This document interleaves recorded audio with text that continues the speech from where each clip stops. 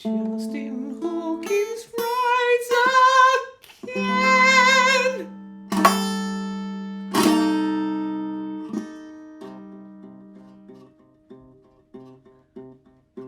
Like and subscribe. Today I'm talking about Willow, Will Smith's daughter. Oh, here's some facts. I'll do the facts, shall I? In 2010, she launched her music career with the single Whip My Hair, and it peaked at number 11 on the Billboard Hot 100. She later signed to her mentor Jay-Z's record label, Rock Nation, just with a C. Good little label, that. One of my favourites. In 2015, Smith released her debut album. What's that word? Ardipithecus. Was it? Is that a kind of dinosaur or something? Ardipithecus, which was certified platinum by the Recording Industry Association of America. In 21, Smith released the single Transparent Soul featuring Travis Barker. He's a great drummer, which reached number 1 on the Billboard Rock streaming chart. I don't fucking know if it's a lie or it's a fact. Are you a little fake? Time magazine named her one of the 100 most influential people in the world in 21. Wow, I didn't know that. She's got this song called Meet Me at Our Spot, and apparently the popular version of it is a live version featuring actual musicians, and I had a listen to it, and these are my thoughts, my observations, and I'll try and show you what's happening with it.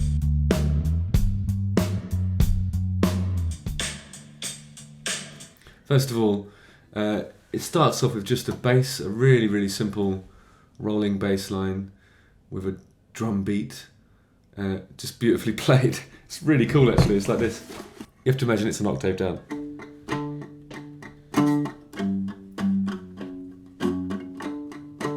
It's just brilliant. And then there's a bit, it goes like 3 times I think. And then it goes to the B.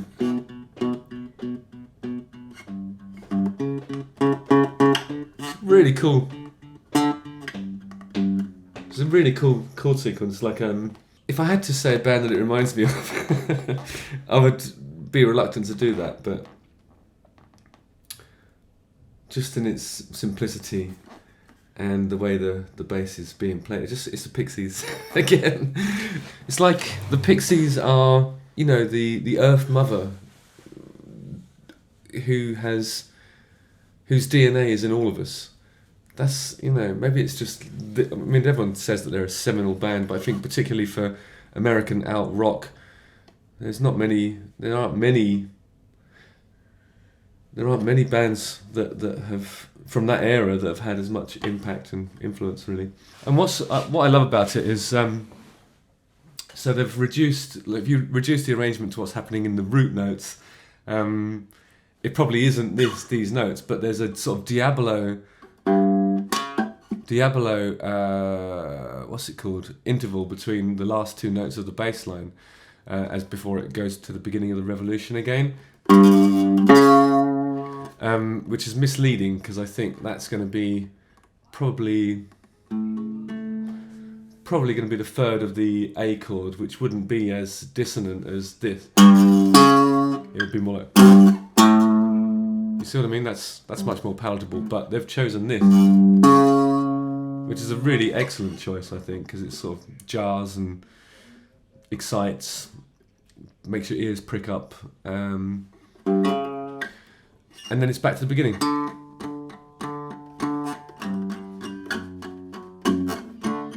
If I had to guess the chords.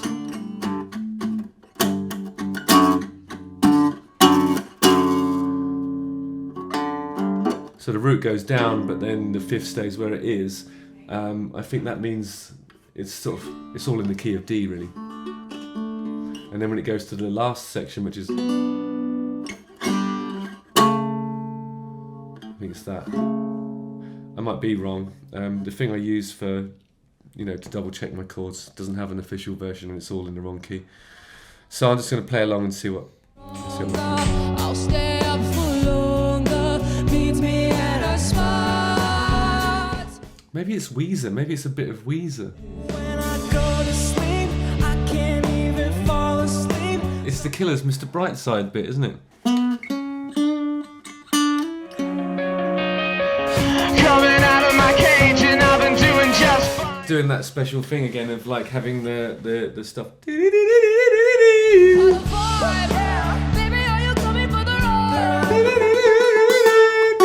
When you hear like a free semitone interval between two notes like that, it's usually a clue that she's doing pentatonic stuff.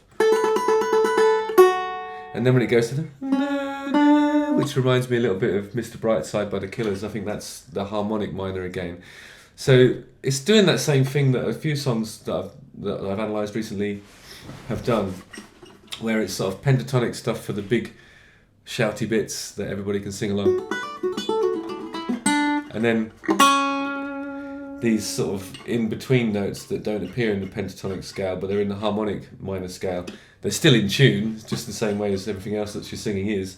And it's a great vocal as well. I think she's a brilliant singer, actually. But she's sort of got a really nice round timbre to her voice. It actually reminds me a little bit of the Florence Machine, in the way it's sort of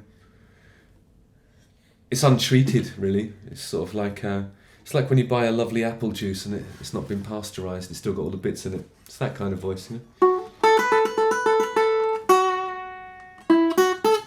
Like from a farmer's market or at the side of the road. There's great groove in the way the drummer's playing. The bass player's awesome. It sounds like brilliant out rock from the mid to late 90s, with somebody singing in a pentatonic minor scale, choosing her moments to go to the ninth, like 3 or 4 of the songs that we've analysed in recent days.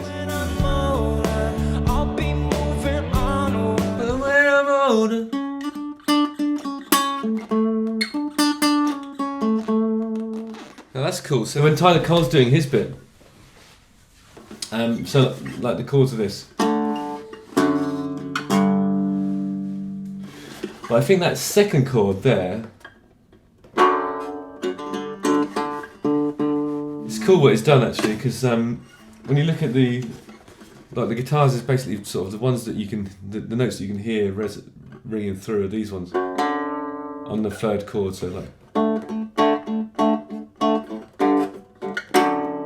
and it's kind of like a passing, it seems like the root's doing a passing note back to the D, but actually if you look at that chord, that's an F sharp and a D, so it could be a D major again, so it's already back to the D, it's just that the bass is taking its time to get there, which means that the implied note in the triad would be this. And when he does his bit of singing, he's doing this kind of melody. Hang on. When I'm older. So he's landing on that A, which is the implied third note in the triad of that chord. You can only hear it in your brain, if you see what I mean. It sounds like it's there, but it's not. And he's heard it and sung along to it when he does his bit. So.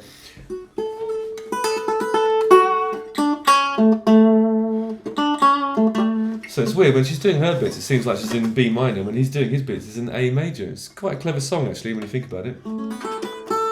Lovely little duet with really distinct approaches to both the vocals.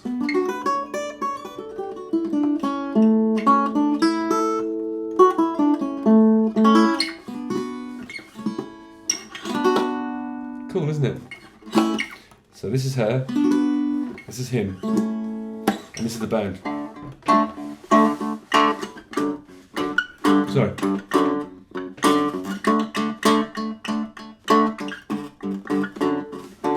Her.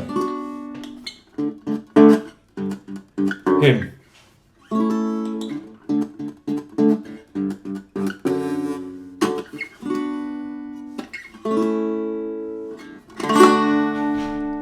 So the triumphant bit should be, when they're singing together, should be in that, which is the D major. I might be wrong.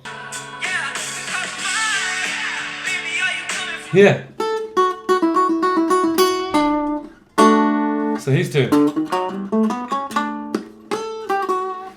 this, and then stuff around this. She's doing this. It's brilliant. It's a little bit like maybe that's why it's popular. It's a little bit like that William Tell's Overture, isn't it? When all the different animals have a different instrument and a different motif. he's in A major, going into D major. She's in B minor, and going into D major when they're together. It's beautiful, really clever stuff. Well done, Willow. I hope it's continues to be successful. I never even heard of it before. This, well done, Willow. It's good. It's really interesting stuff.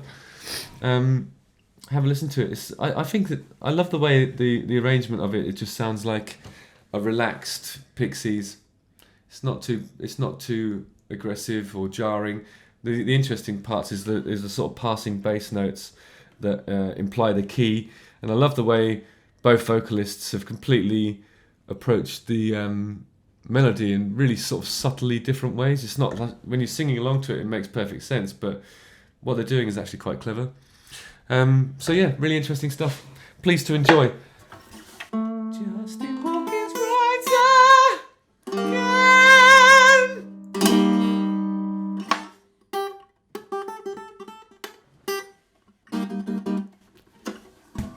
Cheers. Oh, like and subscribe.